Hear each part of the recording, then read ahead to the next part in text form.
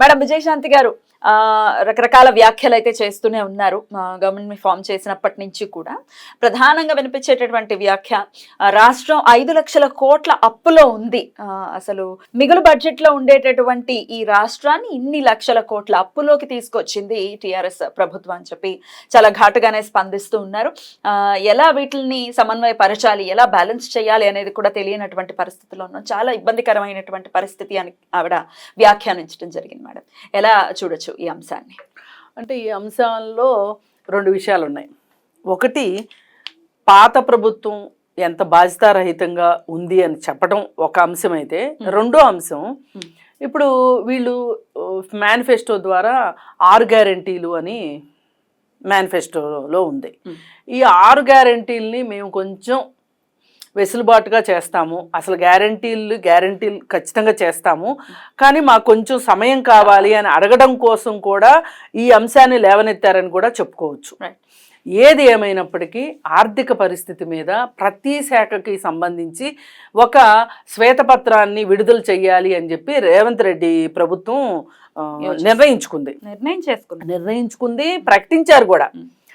అయితే ఇలా చేస్తే ఏమవుతుంది అంటే, ప్రతి శాఖలోనూ రావాల్సిన రాబడులు ఏమున్నాయి, బకాయిలు ఏమున్నాయి, మనం ఖర్చు పెట్టవలసింది ఏముంది అంటే ఒక బ్యాలెన్స్ షీట్ వస్తుంది, ఒక క్లారిటీ ఉంటుంది.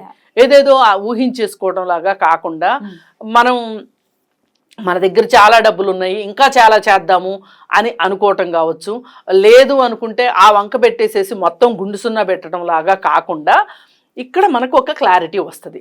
ఈ శ్వేతపత్రం అనేది ఎక్కడ ఉంటుంది, పబ్లిక్ డొమైన్లో ఉంటుంది కాబట్టి ప్రతి ఒక్కళ్ళు చూడడానికి అవకాశం ఉంటుంది.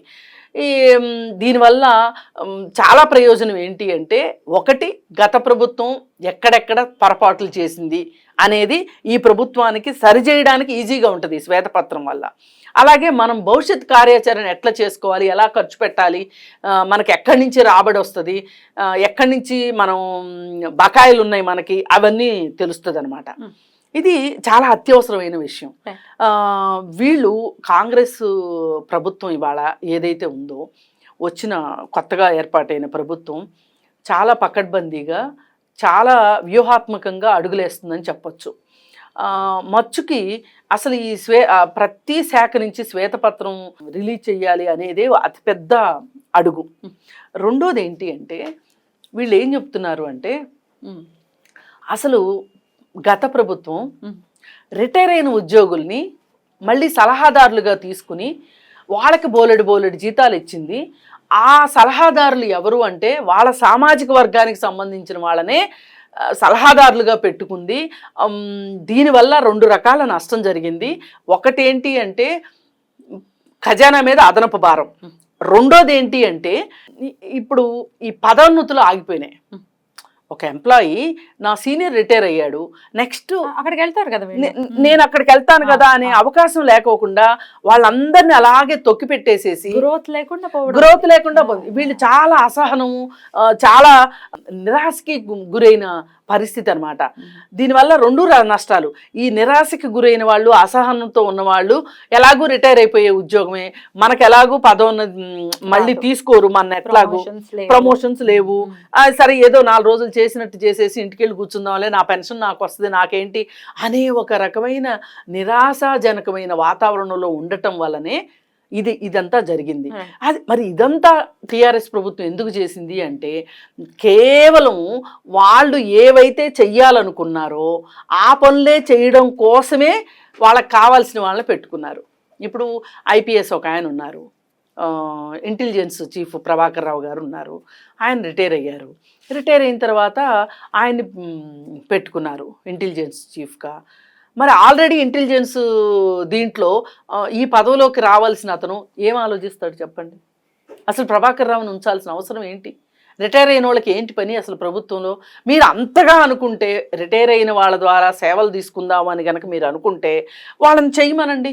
ఇన్నాళ్ళు మీరు ఉద్యోగం చేశారు, ప్రభుత్వ ఉద్యోగం చేశారు, జీతం తీసుకున్నారు, ఇప్పుడు పెన్షన్ తీసుకుంటున్నారు, రిటైర్మెంట్ బెనిఫిట్స్ తీసుకున్నారు ఆల్రెడీ. ఈ దేశానికి మీరు ఏదన్నా ఉపయోగపడండి అని చెప్పి వాళ్ళు ఏదన్నా వాళ్ళ సలహా సంప్రదింపుల కమిటీ ఒకటి పెట్టి ఆ సలహా సంప్రదింపుల ప్రకారం చేయవచ్చు కదా. అట్లా చేయకుండా వాళ్ళకి జీతాలు ఇచ్చి వాళ్ళంతా ఇలాంటి వాళ్ళని ఏమంటారంటే వైట్ ఎలిఫెంట్స్ అంటారు.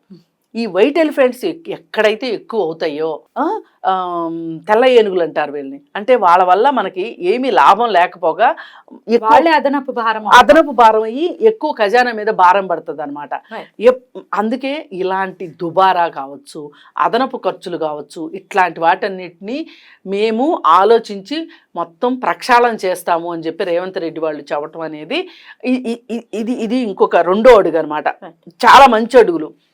అంటే అసలు నేనంటూ వచ్చాను, ఏదో ముఖ్యమంత్రిని అయ్యాను, 4 రోజులు కాలక్షేపం చేసి వెళ్దాము, లేదు నా సామాజిక వర్గానికి లాభం చేసుకుందాము అని కాకుండా రేవంత్ రెడ్డి చాలా జ్ఞానంతో, చాలా విజ్ఞానంతో పనిచేస్తున్నాడు అనిపిస్తుంది. ఎందుకంటే ప్రతి శాఖ గురించి అసలు దానిలో ఉన్న సాధ్యాసాధ్యాల గురించి, దానిలో అవకతవకల గురించి ఆలోచిస్తున్నాడు. దీని మొత్తం ఉద్దేశం ఏదో టీఆర్ఎస్ ప్రభుత్వాన్ని విమర్శించాలని కాకపోయినా కానీ, వాళ్ళ అవకతవకలు ఎత్తి చూపటం కాదు, కానీ రేపటి నుంచి నేను నా మార్క్ పరిపాలన నేను చూపించాలి అంటే నేను మొత్తం అర్థం చేసుకోవాలి అనే ఉద్దేశం కనిపిస్తుంది రేవంత్ రెడ్డిలో. పైగా చాలా వేగంగా నిర్ణయాలు తీసుకోవటం కావచ్చు, అలాగే ఒక్క క్షణం కూడా ఊపిరి సలపకుండా పనిచేయడం కావచ్చు. ఇవన్నీ చూస్తుంటే ఏమనిపిస్తుంది అంటే ఇట్లాంటి విషయాలు, చాలా విషయాలు ఇప్పుడు వెలుగులోకి వచ్చేది ఉంది. ఇందాక ఆర్టీసీ గురించి మాట్లాడుకుంటూ జీవన్ రెడ్డి, అసలు ఈ ఒక్క జీవన్ రెడ్డి ఇలా చేశాడని అనటం కాదు, ఎంతమంది జీవన్ రెడ్డిలు ఉన్నారు ఇవాళ, అందరూ రావాలి బయటికి. ఇప్పుడు వస్తే ప్రభుత్వ ఖజానా నిండుతుంది. 5 లక్షల కోట్లు నింపుకోలేకపోవచ్చు. ఇప్పుడు కరెంటు బకాయిలు బాగా కనిపిస్తున్నాయి మనకి. అది వీళ్ళు ఏం చేశారు అంటే మధ్యలో ఉన్న టీఆర్ఎస్ పార్టీకి సంబంధించిన కాంట్రాక్టర్లు కావచ్చు, వాళ్ళ ద్వారా టెండర్లు కూడా పిలువకోకుండా కొనుగోళ్లు జరపటము, ఛత్తీస్గఢ్ గవర్నమెంట్ దగ్గర నుంచి యూనిట్ 12 రూపాయలకి కొనటము, ఇక్కడ మనకి 3.5-4 రూపాయలు ఎలక్ట్రిసిటీ దొరుకుతుంటే కూడా అక్కడి నుంచి అంత డబ్బు పెట్టి తీసుకురావటం. అందుకే ప్రజల మీద కూడా భారం పడింది. ప్రజల మీదే భారం పడేది. ఇది యాతావాత వచ్చేది ప్రజల మీదే కదా. ఇప్పుడు ఇలాంటి వాటిల్లో డబ్బంతా సర్దకపోతే, డబ్బంతా వెలికి తీయకపోతే, ఇట్లాంటి అవకతవకలన్నీ సరిచేయకపోతే రేపొద్దున గ్యాస్ సిలిండర్ 500కి ఇవ్వాల్సిన పరిస్థితి ఉంది. 6 గ్యారంటీలో గ్యాస్ సిలిండర్ 500కి ఇవ్వాల్సిన పరిస్థితి ఉంది. ఇప్పుడు అది ఎక్కడి నుంచి తీసుకొస్తారని అడుగుతారు. అయితే రాష్ట్రానికి వచ్చే సబ్సిడీలు ఏవైతే ఉంటాయో, రాష్ట్రం కట్టే పన్నులు ఏవైతే ఉంటాయో, రాష్ట్రానికి వచ్చే పన్నుల్ని రాష్ట్రం త్యాగం చేస్తుందని చెప్తున్నారు. మనసు ఉంటే మార్గం ఉంటుందండి. ఇప్పుడు నా ప్రజలకు నేను ఒక వాగ్దానం చేశాను, ఆ వాగ్దానం ఇచ్చి మాత్రమే నేను అధికారంలోకి వచ్చాను కాబట్టి నేను ఆ వాగ్దానాన్ని నెరవేర్చుకుంటాను అనే ఉద్దేశం కనుక అధికారంలోకి వచ్చిన వాళ్ళకు ఉంటే మార్గాలు 100 ఉంటాయి. అలాగే మనకి బకాయిలు ఎక్కడుంటే ముందు అసలు ఇప్పుడు మనం కూడా చూడండి, ఒక ఇంట్లో ఏదైనా ఆర్థిక సంక్షోభం వచ్చింది అనుకోండి, అప్పుడు కూర్చొని ఏం చేస్తాం, ఇంట్లో వాళ్ళని కూర్చొని ఒక పేపర్ మీద సరే మనం కట్టాల్సింది ఎంత, మనకు రావాల్సింది వేస్టేజ్ ఇది, ఇక్కడ మనం సరి చేసుకుందాము, ఈ అప్పుల్ని ఇలా తీర్చుకుందాము, ఈ ఆదాయాలను ఇలా పెంచుకుందాము అని అనుకుంటాం కదా. అట్లాగే ఒక వ్యక్తి, ఒక కుటుంబం ఎట్లాగో ఒక రాష్ట్రం కూడా అంతే.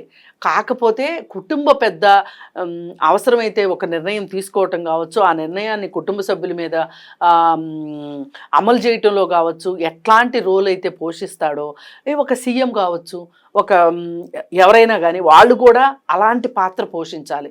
ఇప్పుడు చాలామంది సలహా సంప్రదింపులతోటి కేసీఆర్ ప్రభుత్వం చాలా అవకతవకలకు పాల్పడింది అని చెప్తున్నారు. ఇప్పుడు సోమేష్ కుమార్ ఉన్నాడు, ఆ సోమేష్ కుమారు ఈ రాష్ట్రం పోస్టింగ్ కాదు, యాక్చువల్గా ఆయన ఆంధ్ర క్యాడరు. ఆంధ్ర క్యాడర్ అయితే కూడా ఆయన బలవంతంగా ఉంచుకొని ఆయనతోటి ధరణి ఆయన బ్రెయిన్ చైల్డ్ అని చెప్తున్నారు. ధరణి వల్ల ఎన్ని అవకతవకలు జరిగినాయో ఇప్పుడు ఒక్కొక్కటి అంటే ఎప్పటి నుంచో కాంగ్రెస్ గవర్నమెంట్ మొత్తుకుంటుంది. నాలాంటి వాళ్ళు కూడా ధరణి గురించి చాలా కంప్లైంట్లు చెప్తా వచ్చారు, పట్టించుకోలేదు. ఇప్పుడు ఆ ధరణిని ప్రక్షాళన చేయాలని చెప్పి కూర్చున్నారు.